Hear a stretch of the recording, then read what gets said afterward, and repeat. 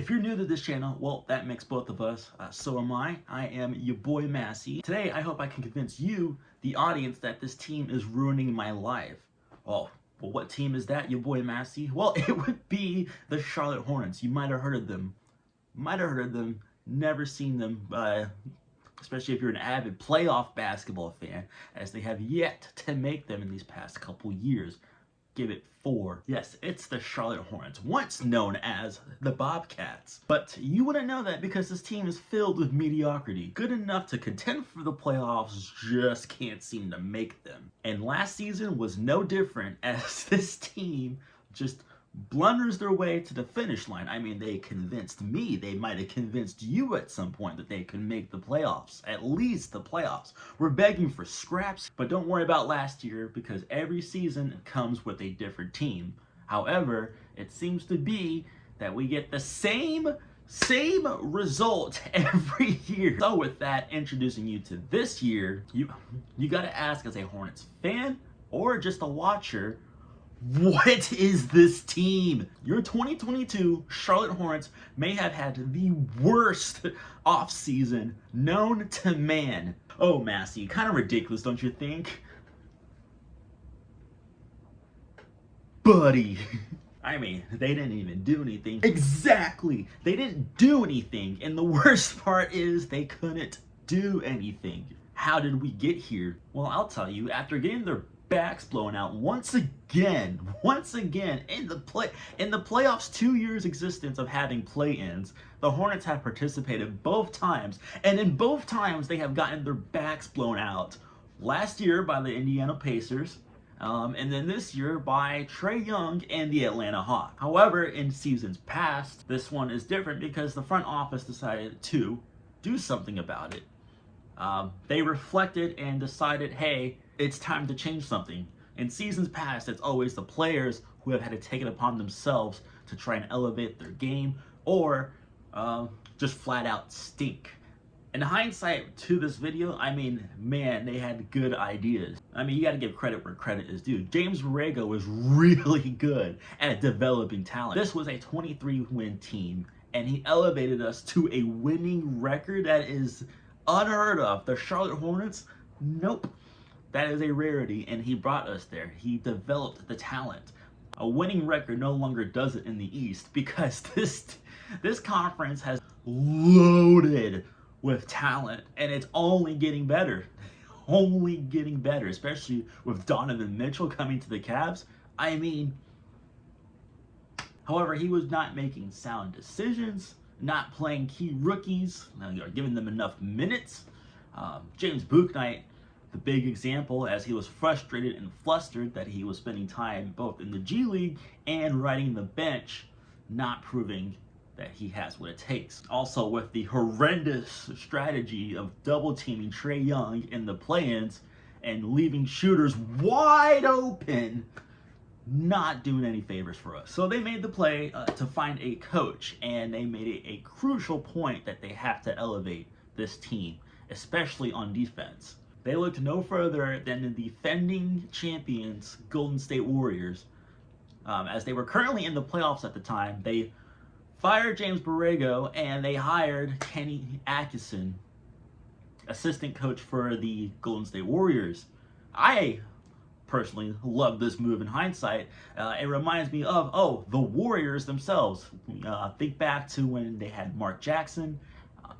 The Warriors couldn't really get over the hump, getting past the first round, second round type stuff.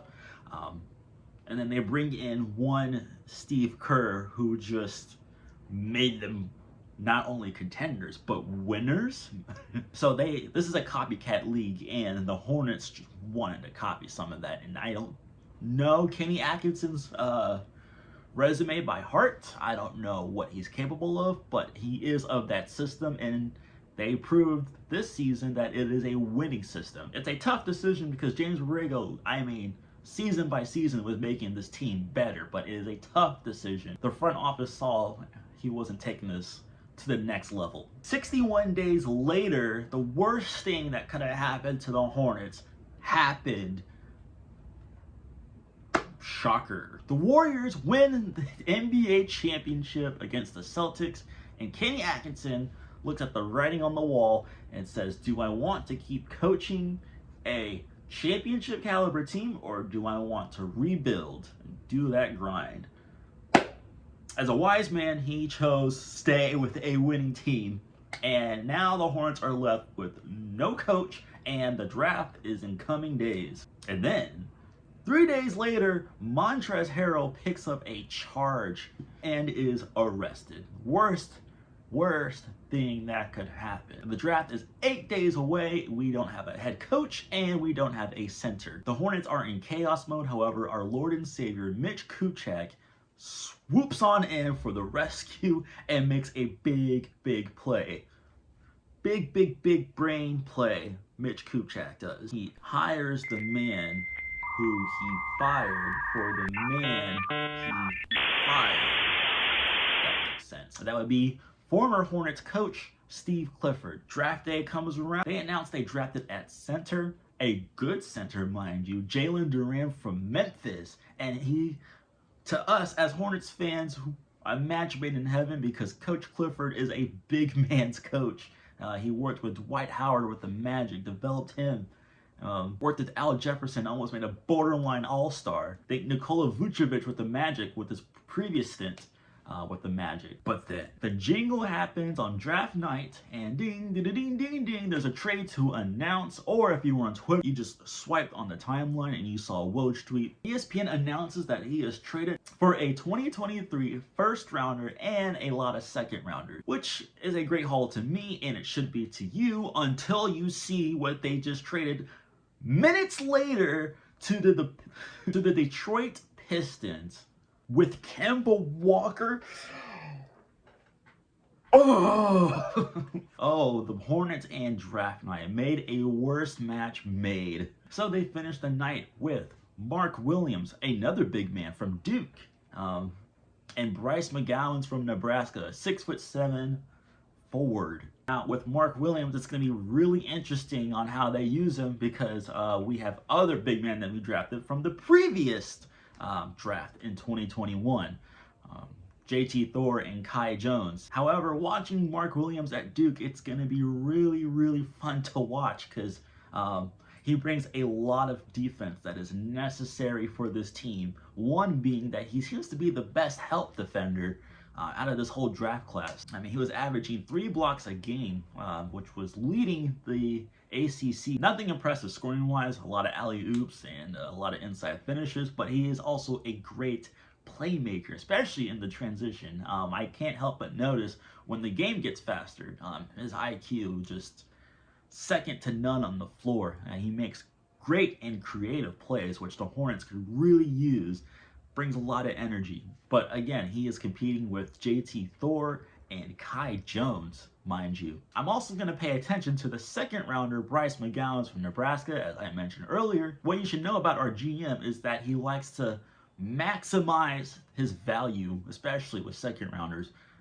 Think Devontae Graham when we picked him up, and he turns out to be a really good point guard. We managed to get a first out of him. And with Bryce McGowens, I don't think Mitch will have to do much with him either, because he is just oozing talent, man. It's really surprising he fell to the second round. He doesn't have any flaws, really. His only flaw was that he entered this draft, and it was a loaded draft, mind you. It's pretty amazing how far down he slipped down, but we couldn't pass up the moment as we traded with Minnesota for a draft. We swapped picks, and then we sent a 2023 second rounder to Minnesota, I believe. But mind you, that was the pick that we got from the Knicks, so nothing was lost in terms of capital. But Bryce McGowens, I mean, can we get to him? He is a 6'7" forward who is just great in transition, has a soft touch at the rim, and has a deep bag on the high pick and roll, which this team could really use sometimes. One of the better shot creators and shooters of this draft class, I have to say. In the summer league, he confirmed all my praises as he went off for 24 points and made 5 straight three-pointers against the Cavaliers. My only fear for this kid is that he gets wasted in the G League. Mind you, he's going to have to go to the G League, but I hope he doesn't waste too much time in the G League to where it's another frustrating situation that we had with our other rookies, one being James Bouknight from UConn. So overall, I give this draft a B overall. A B is a good grade. Didn't really knock anything out of the park, but also didn't waste any picks. Still mediocre stuff, but how could you draft with a direction when you don't have anything going on? You just got a coach. So it's best that we didn't draft by our needs, but we drafted more towards the best talent available, which is probably the best strategy to go by in a draft regardless. So after the draft, it seems like we recovered pretty nicely. I'm not gonna lie. And then boom! Heart-wrecking news, Miles Bridges is arrested. Wow. Yep, we're going to tackle that elephant in the room. No, I won't get into the legal aspect of stuff, but I will just be going over how it affects the Hornets, especially this season. I can only hope that his wife and kids get the peace of mind that they deserve. To lose Miles Bridges, who is starting to become a cornerstone of this team, especially developing with LaMelo Ball, I mean, how do you replace that? It puts you in such a interesting situation. You can't sign the guy. Sure, can't trade him because there's just not a market for felons. What do you do? And he was on his contract year 2, and he broke out. I mean, it's just bad for his family, and it's bad for Miles himself. And what it comes down to is just bad for the Hornets as well. But there is a saying as old as time: as long as you have talent, you will always have a market. And if you've been watching American football, the Browns and other teams as well went after, name redacted, former quarterback of the Houston Texans. So I imagine the NBA is no different. Owners will want in on Miles Bridges. You'll probably end up losing him and getting nothing in return. That's just awful. But what really wrecks this team is just the timing of it all. I mean, free agency too. So you really couldn't get anyone really, because you didn't know what his situation was. Like, you couldn't. What if you signed a big name and then Miles Bridges ends up being innocent, and then yeah, I mean, it just puts you in such a spot. So the Hornets did something that ruined all of us and just did nothing. They did nothing. But you have to understand, what could they do? I mean, we potentially missed out on Donovan Mitchell again. So with free agency out the way, it looks like our starters are shaping out to be LaMelo Ball and Terry Rozier in the backcourt, followed by Gordon Hayward, PJ Washington, and it might be Miles Plumlee starting at center. Who knows? The center's position is just up for grabs, and we need a consistent center. We need consistent defense. We need an identity. And I hope this season is the season that we break out. I mean, honestly, just break out. And a lot is going to be placed on LaMelo. I think he's going to have to, especially with the season where he's going to become a restricted free agent coming up in the offseason. A lot's riding on him, and him meshing with Coach Clifford as well. Coach Clifford, it seems to be with interviews, he's trying to develop his relationship like he did with Kemba, and he sees a lot of similarities, it seems like, according to podcasts that he did with Woj and other journalists. He says with star talent like that, they want direction, structure, and Clifford kind of wants to build around that. Wow, Massey, that's a no-brainer, duh. Well, what's different is that Clifford, much like the front office, wants to start developing culture of, well, accountability. As a Hornet fan, when was this defense especially accountable? That's what it comes down to. That's what defense is built off of, accountability. And Terry Rozier, he was the cornerstone of that, especially with last year when we got blown up by the Pacers. Had this whole team go down to Miami and just work on each other. And the defense starts with Terry Rozier. He is that front line in the backcourt, especially with LaMelo Ball, who was developing his defense as well in the NBA, at least at that level. Let's just bring up some numbers over here where they rank in defense. That has to be sharpened up, and James Borrego was not doing that. And it comes back to double teaming at the play-in against Trae Young. and you left shooters wide open all the time. It's just mind blowing. Now I think it's essential and goes without saying that it needs to work out. I don't think this team has the personnel for the defense that Borrego wanted to instill. I think Coach Clifford isn't going to make a new defense. I don't think he is going to wow this team around. He did with the Magic, but it came at an expense. I do vividly remember in 2019-2020 season, I think, the Magic were the best ranked offense, but the worst ranked defense. And then halfway through the season, they became the best ranked defense, one of the best ranked defense, to one of the worst offenses. It was just a conundrum trying to figure out what should you focus on. And really, when I said it comes down to Rozier, that's who they look to, but it really comes down to that center position, the big man, really. PJ Washington is in this discussion as well, because his defense is just shoddy at best. No knock against him, because he does offer a lot more.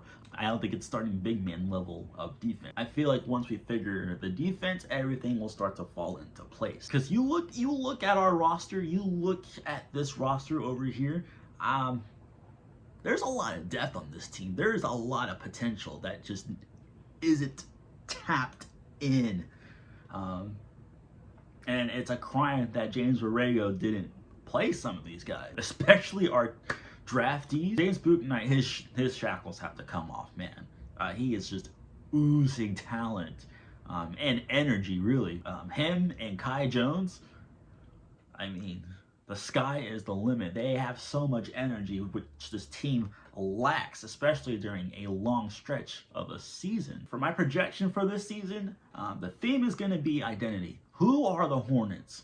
And I think they are going to try and find themselves this year and show the league just who they are. My only concern is, are they going to show us, the fans, an all too familiar identity that we've seen in the past, which is mediocrity? I see them going 40-42, and I think it'll be just barely good enough for the play-ins. I mean, the Eastern Conference is just too loaded this year. I believe in our GM's drafting ability. Mitch Kupchak is, I know this fan base keeps ragging on him, but he isn't rattled. He's just too experienced now, especially after his time with the Lakers. You've got to remember, his time with the Lakers, he was on to something over there. He drafted D'Angelo Russell, Lonzo Ball, Brandon Ingram, Julius Randle, Jordan Clarkson. He was on to something. It's just the fans were just impatient over there, and he made desperate moves for no reason, signing Luol Deng to a ridiculous contract, Timothy Mozgov, a ridiculous contract.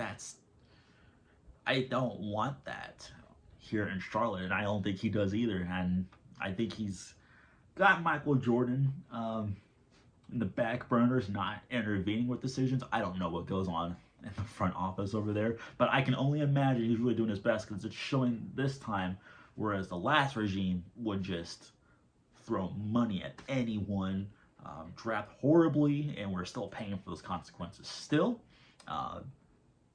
Honestly, think about it, the worst contract that we've had is probably Gordon Hayward, and that's debatable. Because when he's healthy, when Gordon Hayward is healthy, he is on, man. He just can't stay healthy.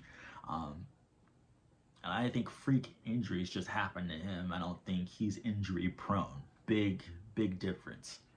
I also believe in our coach's ability too. I mean, this is a redemption season for Coach Clifford. I've always been a believer in him. I think with his last stint with the Hornets, he had something nice going. I just think the last front office regime kept interfering and messing with him, leading to a mediocre roster somehow making the playoffs and running into the Heat in 2016 and yada yada yada.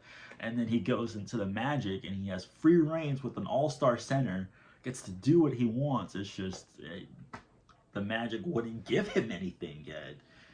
he had to work with one Aaron Gordon, who was really good, but we just kept waiting for his breakout year, and he just never broke out. And Evan Fournier was getting paid starter money. They were trying to get starter value out of him. Debatable. And it's just a weird roster. Markelle Fultz, what was he supposed to do?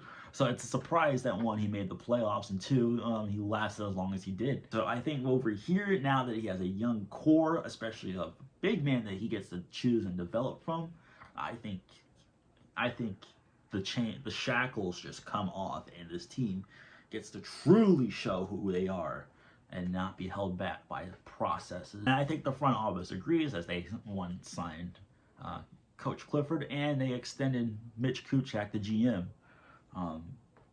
So yeah, 40-42. Good Lord, I don't know. I'm so scared for this season, bro. Oh, fun fact. I've had this Hennessy bottle since 2019, 2020? 2020, yeah. Friend gave it to me for Christmas, and I said I would never open this bottle. I would never open it until the Hornets win a playoff round. And I only said that because I believed that it would happen in the playoffs that year. And obviously it is still sealed. Still sealed, and I'm still waiting for that day. But believe me, should they ever make it past that first round, I promise you, I will pop that bottle.